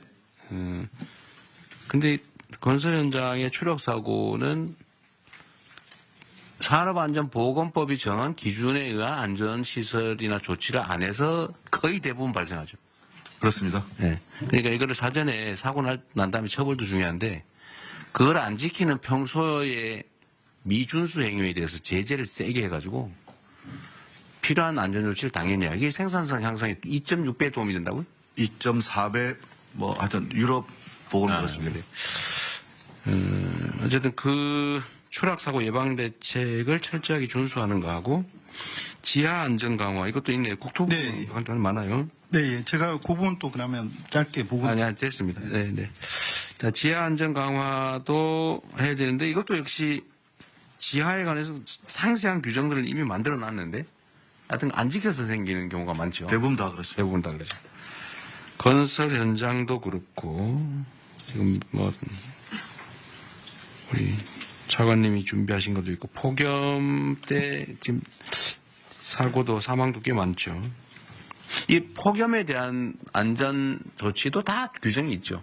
몇 분 동안 더 쉬어라, 몇 도 이상 되면은 일하지 말아라. 네, 요번에 33도 이상 되면은 2시간 내에 20분씩. 네, 근데 다 그거 안 지켜서 대부분 다 그러죠. 네. 철도 사고, 항공 분야는 흔하지는 않지만 어쨌든 이것도 되게 시설이나 아니면 뭐 과실 이런 경우가 많죠. 건축 분야, 교통 분야들, 물류. 어쨌든 국토부는 관할 영역이 상당히 많은 것 같고요. 거기에 관련 규정을 잘 지키는 게 중요할 것 같습니다. 자, 다음에 금융위, 이거는 재밌는 안이 꽤 있어요. 금융위 한번 얘기해 보시죠. 예, 금융위 보고드리겠습니다. 그 중대재해를 예방하는 데 있어서 경제적 불이익을 높이는 것이 중요하고 금융 쪽에서는 결국 시장의 힘에 의해서 그 불이익을 높여나가는 방향으로 저희들이 대책을 추진을 하려고 하고 있습니다. 투자 같은 경우에는 지금 상장기업에 대해서 ESG 평가원에서 ESG 평가를 합니다. 중대재해 같은 경우는 S에 해당되는 항목이 있고 실제로 이제 중대한 사고가 나면은 거기서 감점이 이루어지고 그럼 전체적으로 평가 등급이 떨어짐에 따라서 기관 투자자들이 그걸 참고해서 투자에 반영하는 시스템입니다. 그래서 이 부분을 조금 더 명확히 하거나 강화하는 방향으로 해서 투자 부분에서 이런 부분들이 불이익으로 느껴질 수 있도록 하는 조치들을 강구를 하겠습니다. 두 번째는 대출입니다. 현재 대출도 각 그 은행의 내규상 여신 업무 기준에서 보면 사회 책임 경영 항목에서 기업의 평판 요소를 고려해서 평가하도록 되어 있습니다. 그래서 실제로 이런 일들이 일어나고 그것이 사회적으로 이슈가 되는 경우에는 대출 제한하는 것까지도 내규에 하고 있습니다. 할 수 있도록 되어 있습니다. 실제로 케이스를 한번 보고 이게 어떻게 작동되고 있는지를 한번 전반적으로 점검을 하고 특히 중대재해 부분에 있어가지고는 이런 비재무모형 평가할 때 조금 더 강화하는 방법들을 강구를 하겠습니다. 그리고 마지막으로는 잘하는 기업 그러니까 안전 투자를 좀 더 하겠다고 하는 기업들에 대해서는 정책금융기관들이 조금 더 낮은 금리 또는 낮은 보증료를 지금 제공을 하고 있습니다. 이 부분도 재원의 문제는 있을 수 있겠습니다만 조금 더 강화하는 방향을 강구하도록 하겠습니다. 이상 보고를 마칩니다. 네, 이 금융위 제안이 아주 재미있는 것 같아요. 실제로는 투자 기준이 되는 여러 가지 항목 중에 지금 요즘 ESG 평가 결과가 되게 영향을 크게 미치잖아요, 그죠? 대형 펀드나 이런 데는 이걸 되게 중시하는 경향이 있는데 그렇습니다. 특히 글로벌 펀드들은 그런 것 같은데 이 평가에 이걸 반영을 좀 세게 하자 그 말이죠. 예, 조금 더 요 중대재해 부분이 조금 더 강화될 수 있는 방향으로. 네. 그 사고를 말을 들면 뭐 뻔한 산재 사망 사고가 막 반복적으로 상습적으로 발생한다. 그러면 아예 그냥 그걸 여러 차례 공시를 해가지고 투자를 안 하게 되면 주가가 폭락하게. 예, 실제로 지금 뭐 특정 기업을 거론해서 그렇습니다만 그 문제가 됐던 기업 같은 경우는 평가 등급이 좀 23년을 경우에는 굉장히 낮아졌고요. 네. 실제로 주가가 여러 가지 요인을 봐야 되겠습니다만 처음 사고 난 대비로 주가가 많이 빠져 있습니다. 그 종합 주가 지수는 전반적으로 올라가 있는 상황이라서 그래서 그런 요인들도 좀 작용한 거 아닌가 저희들은 그렇게 네, 생각하고 그냥 있습니다. 자연스러운 현상보다는 어쨌든 ESG 평가를 강화해가지고 네. 어쨌든 이 아주 정말 원시적인 거잖아요. 규정을 안 지켜서 산재 사망 사고가 상습 발생한다고 하는 거는 대출은 당장 우리가 어떤 조치를 할 수 있는 부분 같은데 이거는 실제 실행 계획을 좀 만들어서 예. 대출 제한이나 뭐 이런 걸 좀 해야 될 거 아니에요. 한번 현황을 한번 보겠습니다. 네. 예, 예. 실제 어떻게 작동하고 있는지 한번 보고 대책을 그렇죠. 강구하겠습니다. 기준을 좀 만들어서 대출과 투자에 불이익이 있는 게 상장 회사들은 상당히 큰 타격이 있을 거 아니에요. 이런 경제적 제재를 실제로 해야 효과가 있을 것 같습니다. 처벌도 뭐 효과가 없지는 않은데. 예. 네. 대통령님 행안부 요 마저 하고 할게요. 네. 자, 공정위하고 조달청이 있으니까 조달청도 있고 요거 먼저 하고 이제 다른 부처들 의견도 마저 듣겠습니다. 네. 자, 공정위 준비한 거 요약해서 간단하게 하시죠. 예, 공정거래위원회입니다. 산업안전 기록을 전가하거나 또는 하도급 대금을 미지급하거나 등은 하도급 업체의 경영 환경을 악화시켜서 결국은 하도급 업체 중대재해 발생의 구조적 원인으로 작용한다고 보고 있습니다. 산업재해를 예방하기 위해서는 원청이 안전관리의 주체라는 인식이 확고해야 되고 그 책임을 하청업체에게 전가해서는 안 됩니다. 그래서 공정위는 그동안 원사업자가 부담해야 될 산업재해 예방 비용을 수급사업자에게 전가시키는 그런 부당 특약을 금지해왔고요. 이걸 위반하면은 시정조치 과징금 벌금이 부과됩니다. 그리고 그 부당 특약이 사법상 효력도 없다라는 그런 법률 개정안을 지난 4월에 통과시켰습니다. 그래서 10월부터 시행될 예정입니다. 또한 원청이 안전관리 책임을 명시한 표준 하도급 계약서를 마련해서 적극 홍보 확산해 왔습니다. 건설의 경우에는 대부분의 사업자가 표준 하도급 계약서를 사용 중입니다. 그리고 안전관리 책임이 부당하게 전가되는 사례가 있는지 지속적으로 점검해 왔습니다. 그러나 최근에 사고가 빈발하고 있고 그래서 원청이 이런 비용을 전가하고 있는지에 대한 점검 필요성이 더욱 커졌습니다. 그래서 공정위는 그런 재해가 자주 발생하는 건설업종을 중심으로 원청이 안전관리 비용을 하청에 전가하는 행위를 집중 조사하고 있습니다. 7월부터 9월까지 집중 조사하고 있는 상황입니다. 법 위반 사항이 확인되면 엄정하게 제재하겠습니다. 또한 하도급 대금이 안정적으로 지급될 수 있도록 하도급 대금 지급 보증 확대 등 종합적인 제도 개선 방안을 마련할 계획입니다. 관련해서 산업재해를 줄일 수 있는 다양한 방안을 마련해서 국민의 생명과 안정을 지키는 데 최선을 다하겠습니다. 이상 보고를 마치겠습니다. 이게 어느 부처가 관련하는지 잘 모르겠는데, 수차, 예를 들면, 하도급 여러 차례 하는 거 있잖아요. 그 원래 법에 내가 보면 한 차례밖에 안 되는 걸로 알고 있는데. 건설업은 한 번밖에 안 됩니다. 근데 실제로 한 서너 번 하잖아요. 그죠? 네, 그렇습니다. 근데 이거에 대한 제재가 좀 부실해서 그런지, 법으로 금지를 해도 없어지질 않아요. 아주 고질적인 문제입니다. 그리고 그것 때문에 임금체불 발생하고. 똑같은 구조입니다. 임금체불과 산재는. 이거는 공정위에서 좀 단속을 이런 거 공정위 단속 사안인가요? 그건 아니죠. 법이 공정거래위원회 하도급법에 있는 것으로 되어 있지 않습니다. 그래서 저희가 국토부 소관이 불복 하도급 하는 거? 건설업에서는 국토부입니다. 국토부. 예. 불법 하도급 현장 관련은 저희가 관리하고 있는 걸로 알고 있습니다. 아, 그래요? 하여튼 이거, 우리가 법으로 정했으면 지키고, 못 지킬 것 같으면 그 법을 없애야지. 네. 애매모호하게 어영부영 지키는 사람은 손해, 안 지키는 사람은 이익. 이게 비정상 사회의 대표 케이스 아닙니까? 법을 잘 지키면 손해보고, 안 지키면 이익 보고, 지키기 어렵거나, 그러면 차라리 법을 없애야지. 만들어 놓고 안 지키는 건 진짜 문제거든요. 네.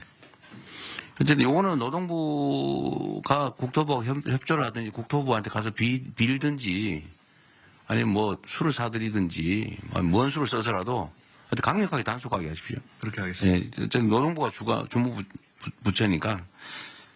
알겠습니다. 네.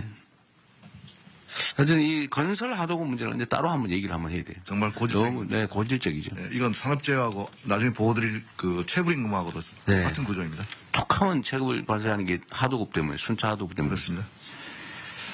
네, 그 공정거래위도 어쨌든 이런 구조적인 문제, 특약의 문제, 약관 문제 이런 거는 하되 공정위가 좀 더 할 수 있는 게 있을지 아무튼 네, 좀 살펴보겠습니다. 네. 자, 마지막으로 조달청. 네. 예, 조달청 관련한 기재부 1차관입니다. 대신 보고 드리겠습니다. 먼저 현재 국가계약법령상에서는 이제 행안부는 지방, 중앙정부는 이제 기재부가 갖고 있는 법률이 있습니다. 그 법에서 아까 전에 노동부 장관께서 제안해 주신 입찰 참가자 자격 제한이 사실상 경제적으로 굉장히 아픈 제재가 될 거라고 생각합니다. 현재 이 입찰 자격 제한에는 중대재해처벌법이 없고 산업안전보건법 위반만 들어가 있습니다. 그래서 이번에 중대재해처벌법 위반 사유도 추가로 할 계획입니다. 그렇게 되면 이제 법률을 개정을 하고 조치를 해야 될 사항입니다. 그래서 구체적인 내용은 고용부랑 협의해서 법 개정을 추진하도록 하겠습니다. 그리고 조달청 안에서 관리하는 것으로서는 낙찰할 때 신인도 평가에 감점을 부여하는 체계가 있습니다. 여기에도 물론 이제 중대재해법 규정이 없기 때문에 그것도 추가해서 감점을 확대하는 방안을 검토하겠습니다. 네, 아주 좋은 생각이네요. 요 현행 법령의 중대재해처벌법 위반 사유를 입찰 제한 사유로 추가하겠다는데 이렇게 하면 안 될 것 같고요. 예. 중대재해 발생 자체를 사유로 해야지 처벌법 위반으로 하면 이게 몇 년 간대잖아요.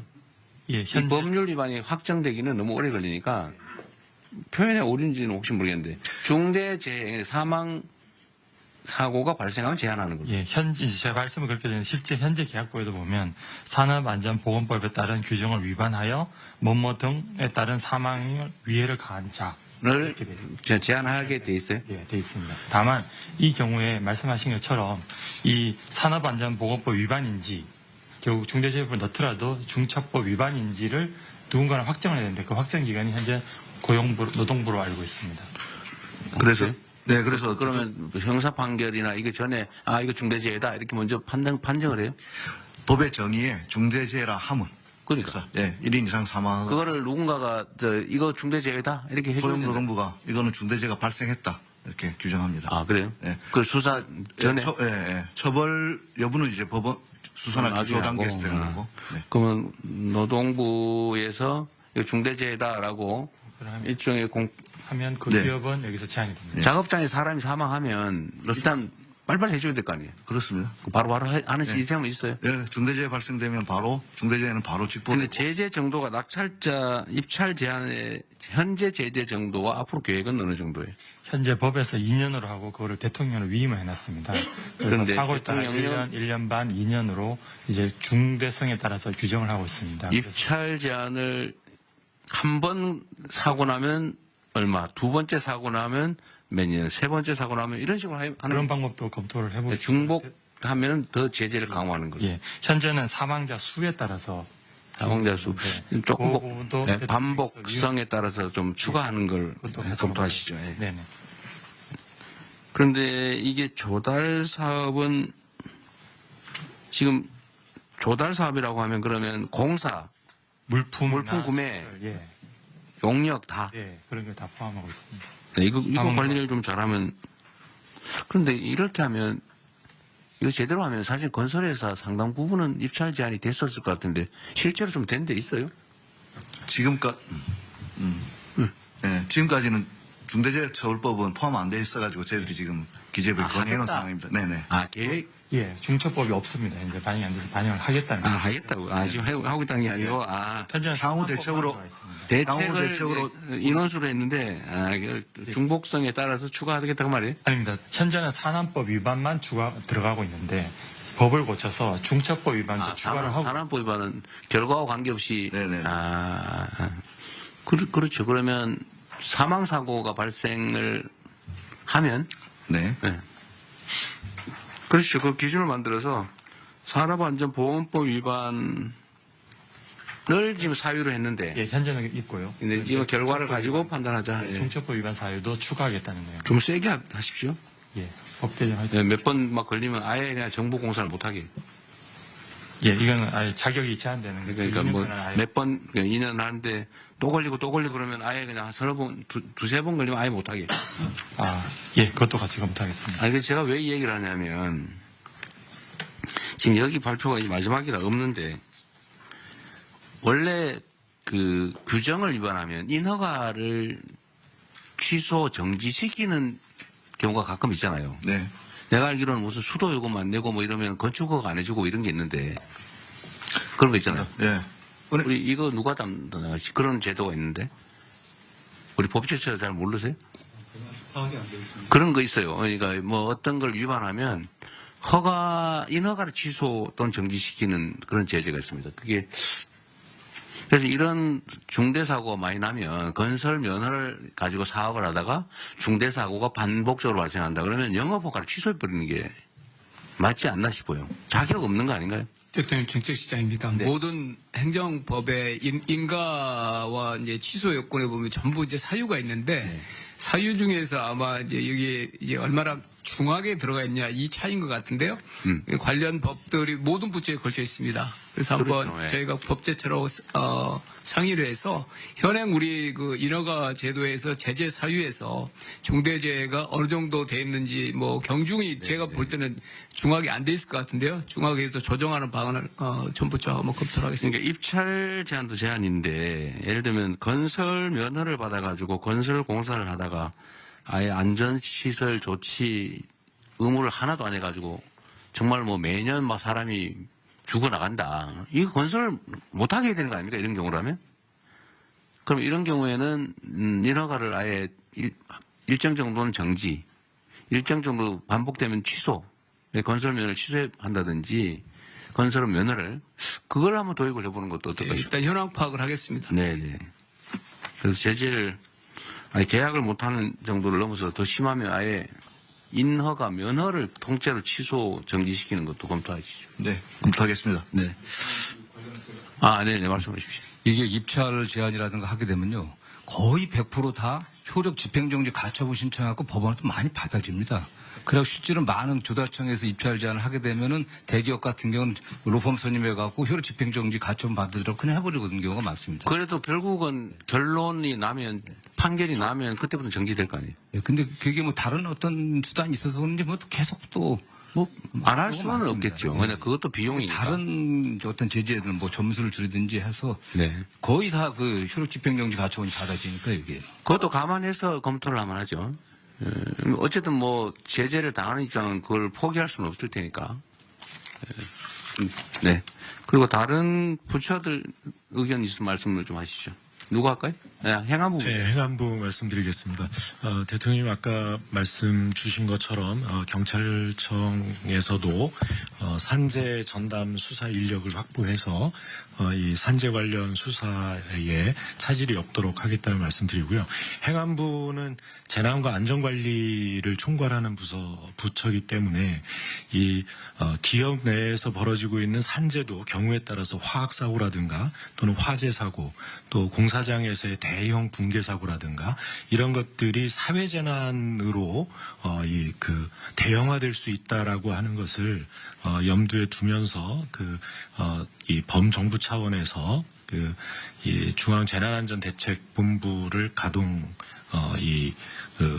할 수 있는 그런 준비를 하고 있습니다. 그래서 노동안전종합대책에게도 참여를 하고 있는데요.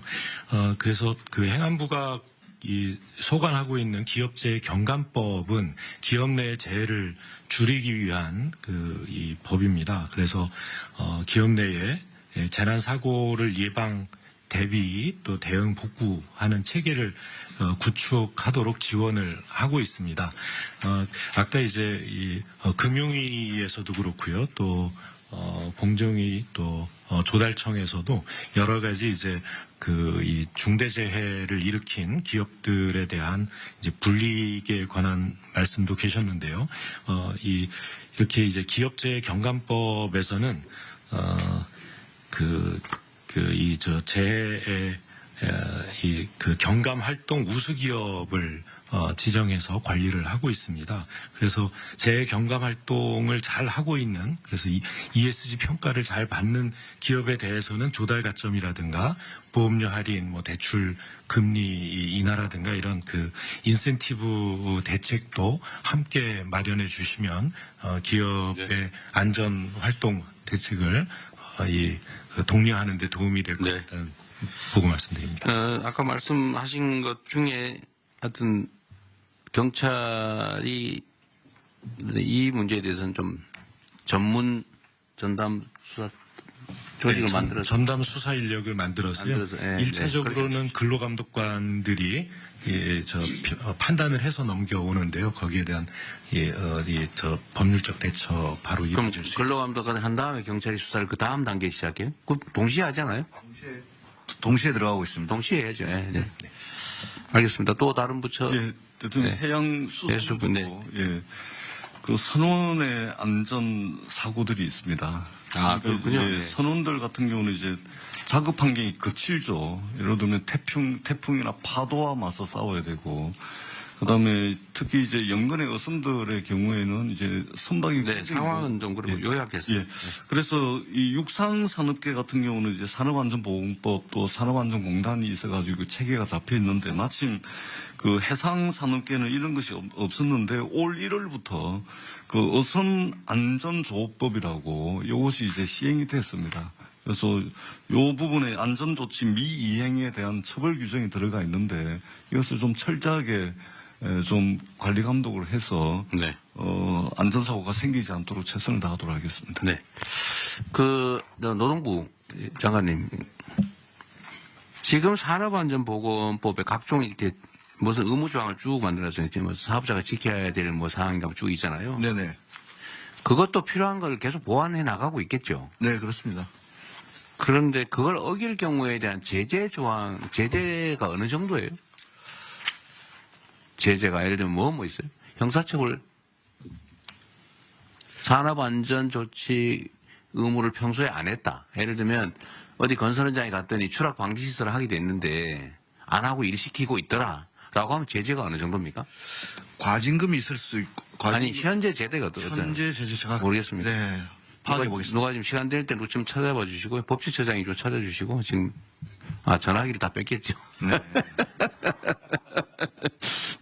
나중에 그러면 한번 확인해 보겠습니다. 산업법에 위반했을 때 어느 정도 제재가 어느 정도냐. 보고 누가 좀 나가서 확인 좀 해봐 주세요. 그래도 시간이 좀 있으니까. 근데 일단 한 가지 참고로 말씀드린다면 여러 가지 좀 제재 조치가 있을 수 있을 것 같은데 아까 그 대통령님 말씀하신 것도 그렇고 그 갑부 장관님 말씀하신 것도 그렇고 사실은 그 예방을 강화한다는 측면에 있어서는 물론 이제 사고 발생 후의 예방이긴 하지만은 저희가 보기에 가장 실효적인 방법은 작업 중지 명령입니다. 작업 중지 명령을 내려놓고 위험 요소가 완전히 제거됐을 때 작업을 재개할 수 있다 그러면은 일단 사고 발생 후이긴 하지만은 가장 효과적으로 뭐 예방 활동을 할 수 있는 방법 중 하나라고 생각합니다. 그거는 하면 좋을 텐데. 그런데 그거는 걸려서 작업 중지 명령하면 그때 걸려도 그때 걸릴 때 하면 되는 거니까. 그거는 지금 마련되어 있습니다. 네, 작업 중지 명령을 하고 문제는 산업 안전 시설 조치를 안 하고 평소에 하더라도 사고 안 나면 상관없는 상태잖아요. 지금 사실은. 그렇죠. 그거는 하고 나면 결과적으로 들어가서 뭘 위반했는지 사후적으로. 지금 제가 그 최소 300명 구성해서 불시 단속하라는 거는. 네네. 근데 안전 조치를 안 하고 법을 안 지키고 일을 시키고 있으면 그 뭐 제재가 있어야 될 거 아니에요. 그래서 거기서 만약에 사고가 안 나는데 불시 단속해서 걸렸다. 시정을 안 했다. 그 제재 정도가 너무 미약하니까. 미약하다. 뭐 걸리면 네, 뭐 시정할게요. 그러면 그만. 지금도 제가 본 노동부 장관님 가셔가지고 단속을 하더라도 고칠게요. 그러면 아마 그냥 오고 있을 거예요. 아니요, 거기서 바로 시정지시서를 내립니다. 해봐요. 그냥 시정하면 되잖아요. 시정하면 되잖아요, 그냥. 아무런 불이익이 없잖아요. 그래서 이것도 사실은 스티커 발부하듯이 바로바로 현장에서 그 정도가 좀 안 된다는 거죠. 뭐 실질적인 제재가 없는데. 그러니까 이건 일종의 유예 기간 정도를 두고 이렇게 앞으로 안 하고 하면 일정 기간까지는 우리가 계도하는데 그 기간이 지나면 나중에 걸리면 최대로 제재한다. 실제로 제재를 해야죠. 그래서 그 피해 정도가 커야 제대로 지킬 거예요. 그러니까 지금 지키는 사람은 이익, 손해, 안 지키는 사람은 이익 이렇게 되잖아요. 그러니까 그 제재 정도 지금 누가 확인해 왔나요? 확인 좀 해달라니까 아무도 안 나갔어요? 네.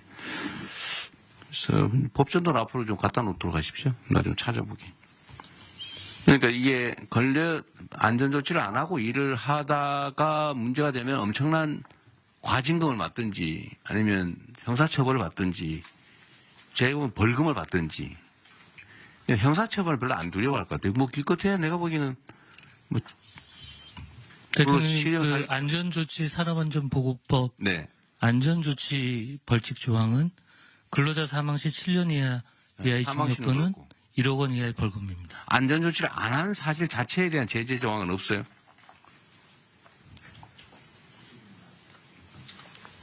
사고 났을 때는 그렇고 그거는 뭐 안전조치를 하여야 한다.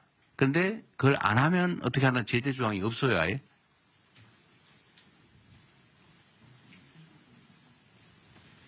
그러니까 이게 사실 우리의 문제죠. 이 많은 사람이 있는데 그걸 아무도 모른다는 사실이에요. 저도 문제죠. 저는 제재 조항이 당연히 있을 줄 알았는데.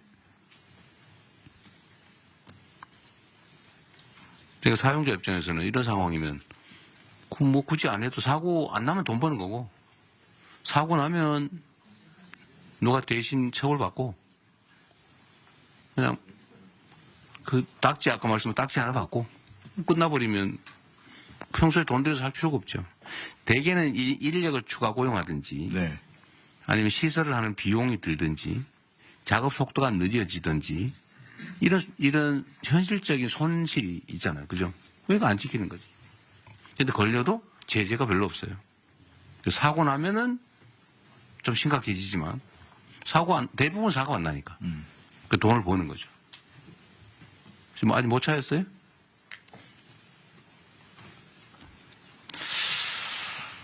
그러면은 좀 찾아보기로 하고 그것도 노동부 장관께서 네. 안전조치를 평소에 안 하는 것에 대한 제재를 어떻게 할 것인지 네네. 얼마나 강화할 건지 네. 그 형사처벌은 별로 의미가 없을 것 같아요. 네. 그걸 가지고 징역 살 수도 없고 네. 사고도 안 나는데 결국은 과징금을 하든지 벌금을 고액을 하든지 경제적 제재 방법을 제재를 그거로 인해서 얻을 수 있는 경제적 이익의 몇 배를 물리는 뭐 이런 게 있을 것 같아요. 네. 그걸 연구해 봅시다. 알겠습니다. 네, 그건 확인되는 대로 알려주세요, 누가. 네. 네, 누가 말씀하십시오. 네. 공개적으로 말씀하십시오. 네. 또, 자, 그러면 더 없으면. 제가 잠깐 네. 말씀. 네, 간단하게 말씀하시죠. 네. 인사혁신처장 최동석입니다. 요새 유명해지고 있어서 대단히 죄송스럽습니다. 이런 마이크로한 제재, 마이크로한 규정들을 만들어서 산재를 예방하고 중대재해를 예방하는 방식은 절대적으로 필요합니다. 제가 보기에는. 그런데 그것이 필요하지만 그것으로 충분하지 않다는 생각을 늘 가지고 있습니다. 뭘 해야 되냐 하면 인간의 존엄성은 건드릴 수 없다는 이 철학적 배경이 없이는 이 규정만 가지고는 이 문제를 근본적으로 해결할 수 없다는 생각입니다. 왜 그러냐 하면. 네, 그건 충분히 이해하겠고요. 네. 좀 결론만 요지를 말씀해 보시죠. 네, 그 필요성은 누구나 공감할 테니까요. 그러니까 정신과 육체를 건드릴 수 없도록 하는 교육이 필요하다는 겁니다. 그러니까 행정 공무원들에 대한 교육도 필요하고 네. 실제로 우리 학교 교육도 그런 식으로 해야 되는데 서로 서열화하고 계급화하고 차별하고 경쟁시키는 사회 속에서 이런 규정만으로는 이 문제를 해결할 수 없다는 점을 강조 말씀드리고자 합니다. 네. 나 또. 마지막으로. 네. 네. 중기부입니다. 지금 말씀 주신 거 보고요. 저희가 준비했던 건 3가지인데 상습적. 중기부가 준비한 게 있었어요? 자료가 없는. 아니요. 저희 또 말씀하십시오. 네. 반복 발생 사업장에 대해서는 중기부가 지원 사업을 많이 하고 있어서 여기에 대해서는 정책자금 제한을 할 수 있다고 생각은 되는데 그 업체에 대한 기준과 내용을 좀 정해 주셔야 할 거라는 생각은 듭니다. 이게 그 정책 담당자들마다 모두 다른 기준을 가져갈 수는 없으니까요. 그래서 그 부분이 하나 준비되면 저희도 반영하는 부분이 있을 것 같고, 또 하나는 1년에 6만 명 정도씩 중소기업 CEO들 교육을 한다고 합니다. 여기서 이루어지는 산업 안전 예방 관련된 부분의 교육 내용들을 한번 보고 어느 수준까지 교육하고 해야 되는 인식 제고 부분에 대한 부분도 같이 보고. 산업 안전에 관한 교육, 우체동석 처장께서 말씀하신 거와 좀 관련성이 있을 텐데. 예, 건설인들은 또 걸리면 그냥 시가 안 한 거 걸리면 한 5만 원 정도.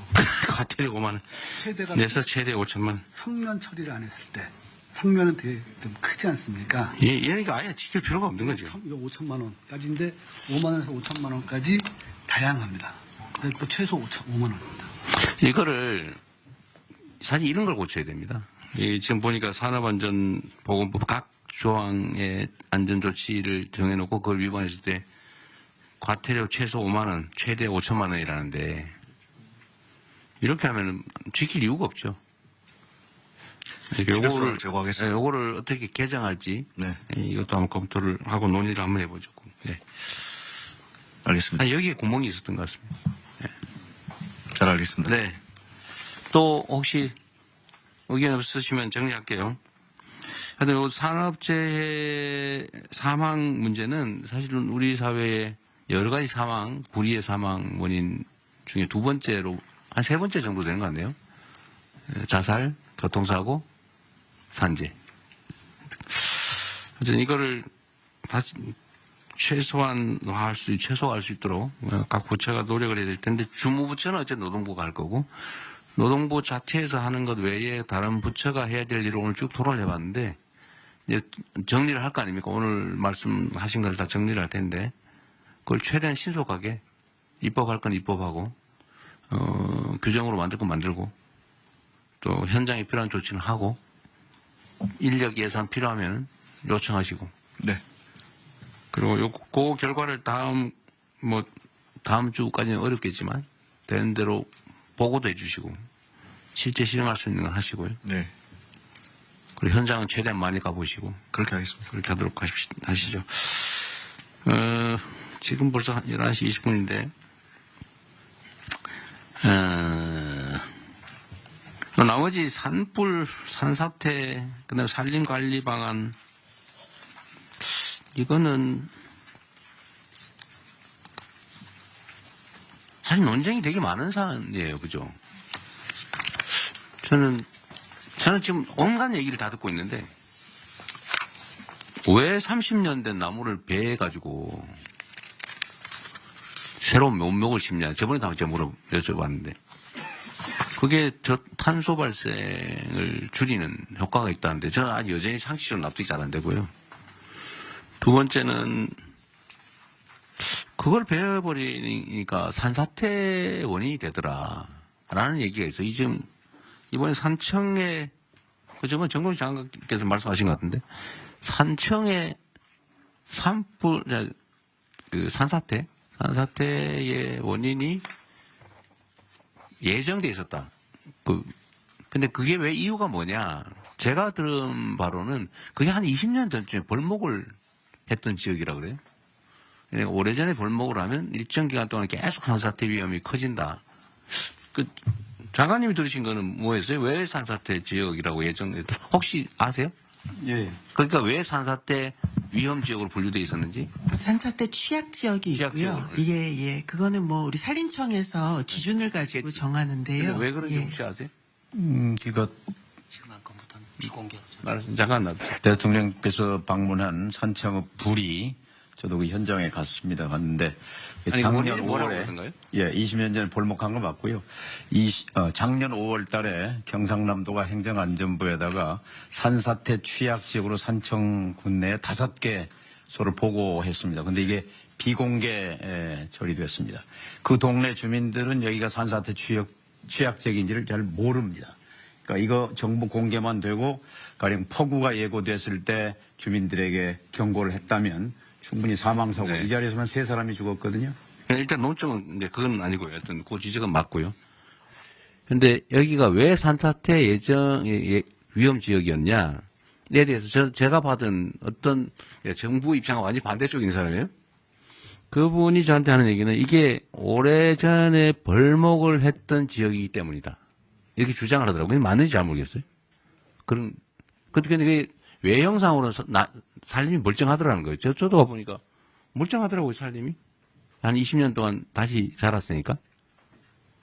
근데 그게 맞는지, 그러니까 함부로 벌목을 하는 게 과연 맞냐? 종합적으로 봤을 때. 난 종합적으로 말씀드리면 아니, 잠깐만요. 예. 그런 문제가 하나 있다. 그러니까 벌목을 지금 국가 사업으로 지금 하고 있는데 경제성은 거의 없다. 그 해봐야 비용조차도 잘 안 나온다. 그죠? 그리고 새로 나무 심는 엄청난 예산이 들어간다. 근데 그 결과는 산사태 위험을 증대시킨다. 근데 과연 탄소 포집 효과가 진짜 크냐? 이 논쟁이 있는 것 같아요. 그 하나하고 두 번째는 산에 임도 내는 거 있잖아요. 임도를 내는데 그 임도를 내는 게 필요하다. 그래서 사실 예산이 꽤 들어가는 것 같아요. 근데 또 반대쪽에서 뭐라고 하냐면 그 산사태의 원인이고 산림 훼손되는 거지. 그게 산림 관리에 뭔 도움이 되냐. 우리나라 산림이 경제림도 아닌데 그 나무 배수가 해봐야 비용 겨우 넘을 정도밖에 안 됐는데 거기다 왜 임도를 낸다면서 공사해서 비용 들이고 산사태 위험을 초래하냐. 그러니까 일부에서는 또 그거 해놓으면 산불 진화에 도움이 됩니다. 이렇게 얘기하더라고요. 근데 저는 그거는 말이 안 된다고 생각해요. 산불 진압을 위해서 임도를 만든다고요? 그걸 뭐 차라리 그걸로 헬기를 몇 대 더 사고 차라리 사람 고용해가지고 맨날 지키고 있는 게 더 싸지. 라는 생각이 들더라고요.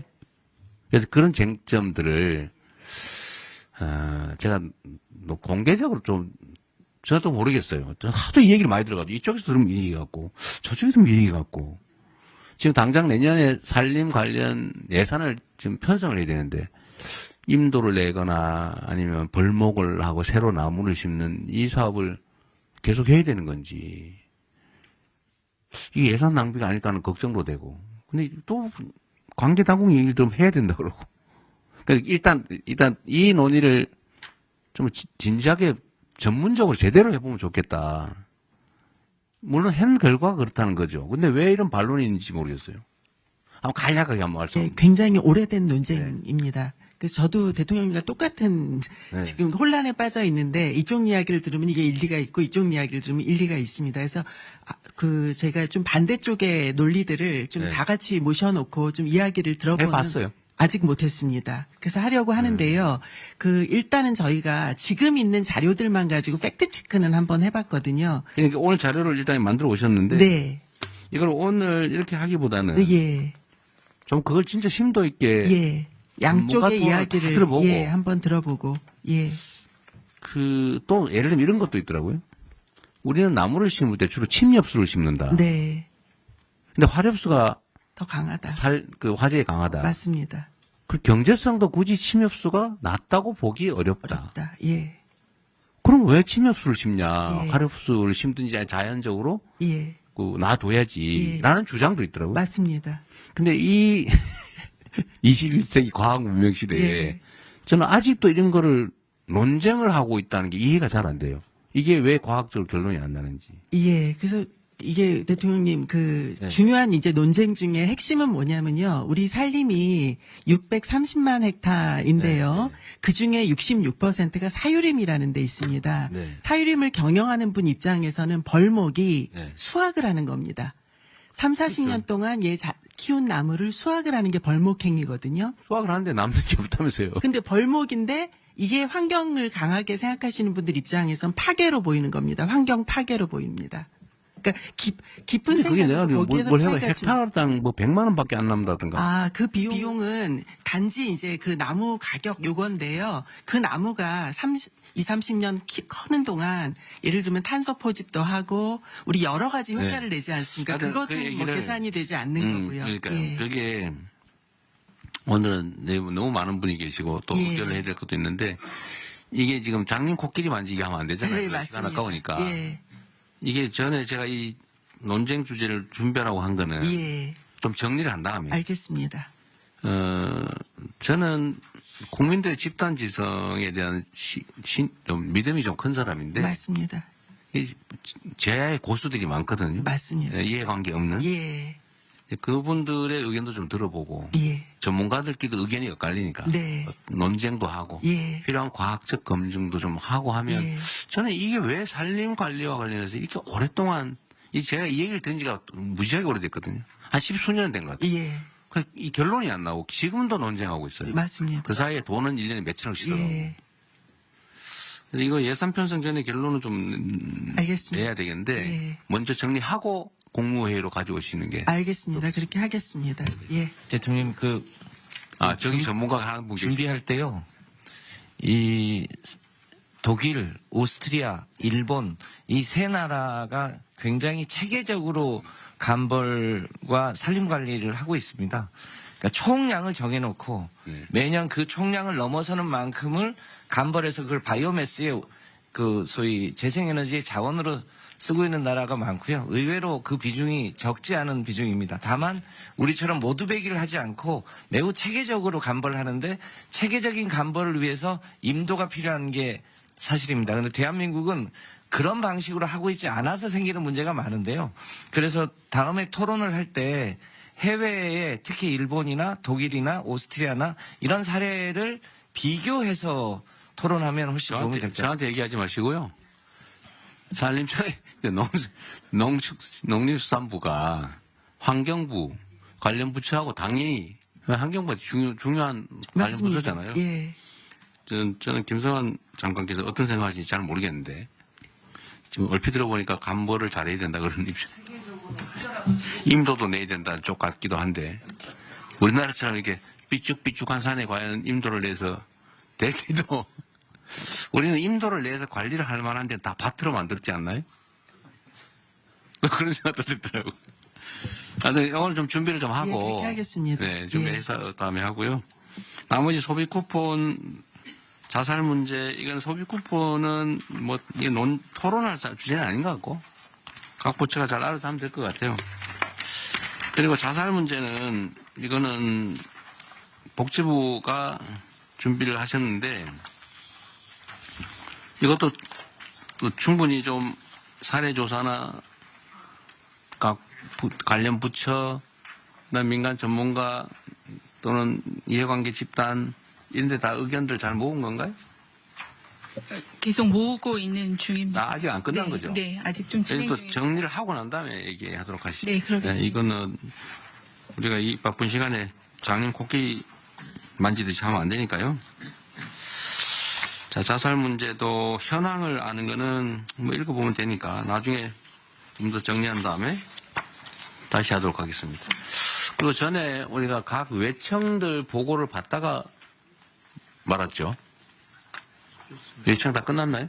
조달청 하나 받았습니다. 조달청 하나밖에 못했죠. 얘기하다.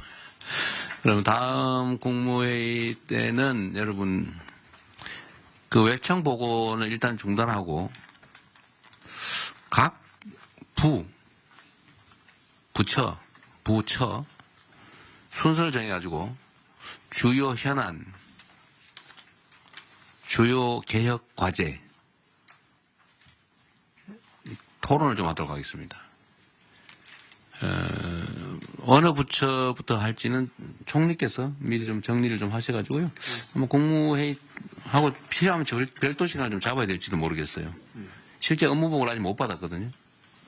각 부처 업무보고를 받아야 되니까. 대통령 부처 업무보고는 이제 부처별로 2개씩 돼 있는데요. 2개씩이요? 그걸 그런데 이제 그 형식은 사실 부처가 대통령한테 보고하는 형식이 있어서 지금 말씀하신 취지는 부처 업무보고도 있지만 또 같이 토론도 하시자는 그런 취지여서. 네, 그렇습니다. 예, 국무회의 또 토론 이 시간과 부처 단독 업무보고 형식하고 상의해서요 보고 드리겠습니다. 예. 근데 저는 지금 각 부처들이 너무 칸막이가 돼 있어가지고 저는 이제 사례들 한두 가지 말씀드렸습니다만 좀 직접 관련이 없어 보여도 다른 부처들이 그 얘기를 같이 나누는 게 중요할 것 같아요. 뭐 시간 낭비처럼 느껴질지 혹시 모르는데 그래도 한 번은 스크린하고 각 부처들이 다른 부처에 이런 주요 현안이 있구나.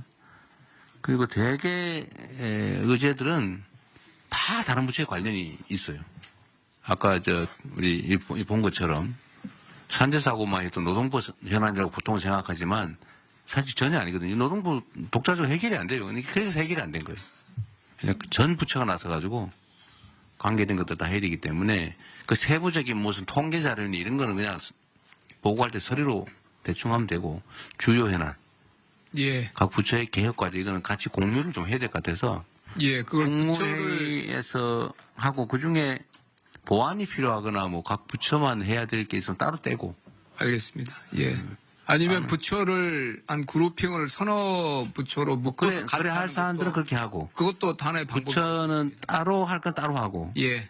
관련 부처 몇 군데만 할 건 몇 군데로 하고. 예. 같이 공유해도 괜찮은 거는 국무회의 할 때 그냥 신속하게 쭉 한번 훑어보고 나가게. 방식을 두 개를 검토해서 보고 드린다. 단계별로 하죠. 예. 그 다음부터 하고 필요하면 국무회의를 일주일에 한 번이라도 몇 번 더 할 수도 있습니다. 업무 파악을 좀 빨리 해야 되기 때문에. 그 다음 주 화요일부터는 끝나시면 좀 몇 부처부터 하루에 한 2개 부처 정도. 대통령 비서실장입니다. 그 안을 준비해 놓은 게 있어서요. 네. 예, 보고를 추후에 드리고 네. 논의를 국무총리님하고 하도록 하겠습니다. 알겠습니다. 이제 이거한 의결을 해야 되니까 회의는 비공개로 바꾸고 회의를 진행을 하도록 하시죠. 네.